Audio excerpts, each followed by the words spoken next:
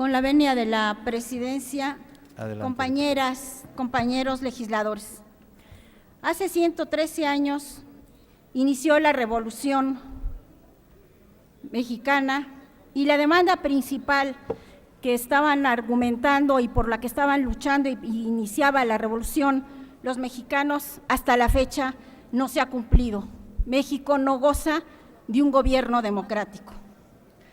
Conforme a lo establecido en el punto 7º del Plan de San Luis Potosí, Madero convocó a los mexicanos para que, cito textualmente, el día 20 de noviembre, desde las 6 de la tarde en adelante, todos los ciudadanos de la República tomaran las armas para arrojar del poder a las autoridades que actualmente gobiernan.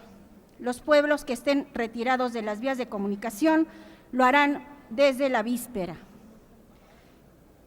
El propósito central de la revolución iniciada por Madero era arrojar del poder a Porfirio Díaz y convocar a nuevas elecciones para que el pueblo decidiera libremente, subrayo, a la persona que lo gobernara. El Plan de San Luis tenía como contenido social la restitución de tierras a los campesinos que habían sido desposeídos de ella durante la dictadura de Díaz.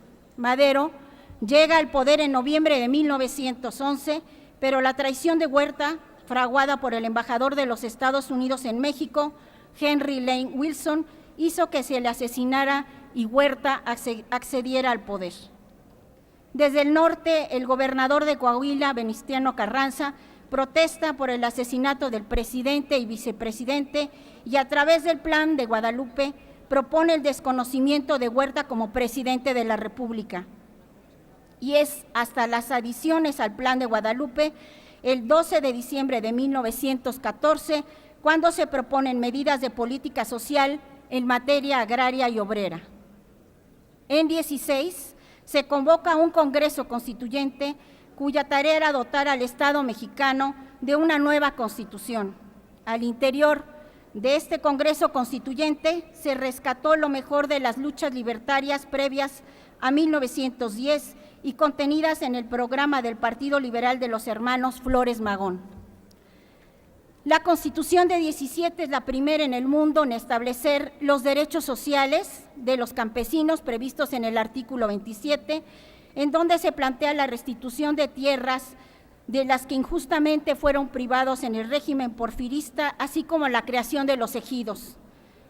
En el artículo 123 se recogen las aspiraciones de los obreros que estallaron las huelgas de Cananea y Río Blanco.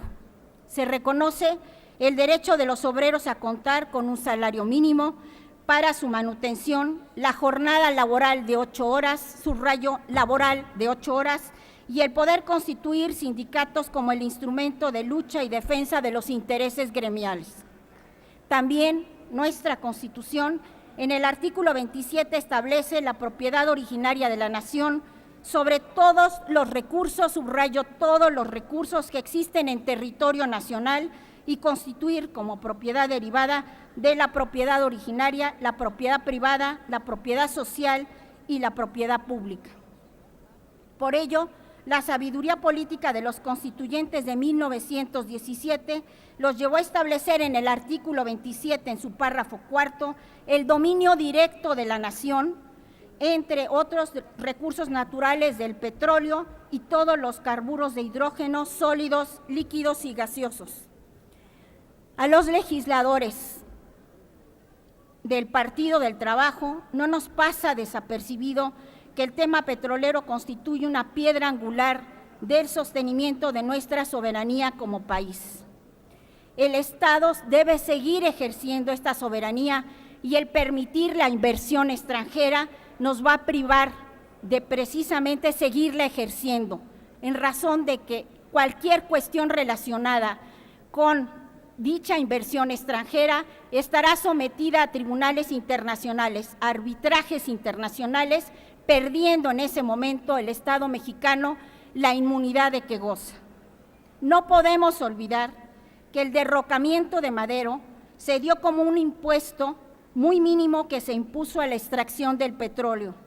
Hoy, que existe en el Senado de la República una iniciativa del Ejecutivo Federal para permitir la privatización de la renta petrolera, olvidando que las empresas que extraían petróleo nacional hasta marzo de 1938 poco contribuyeron al desarrollo de la patria. Los legisladores del Partido del Trabajo y millones de mexicanos a lo largo y ancho del país nos opondremos a que se dé una contrarreforma constitucional en esta materia.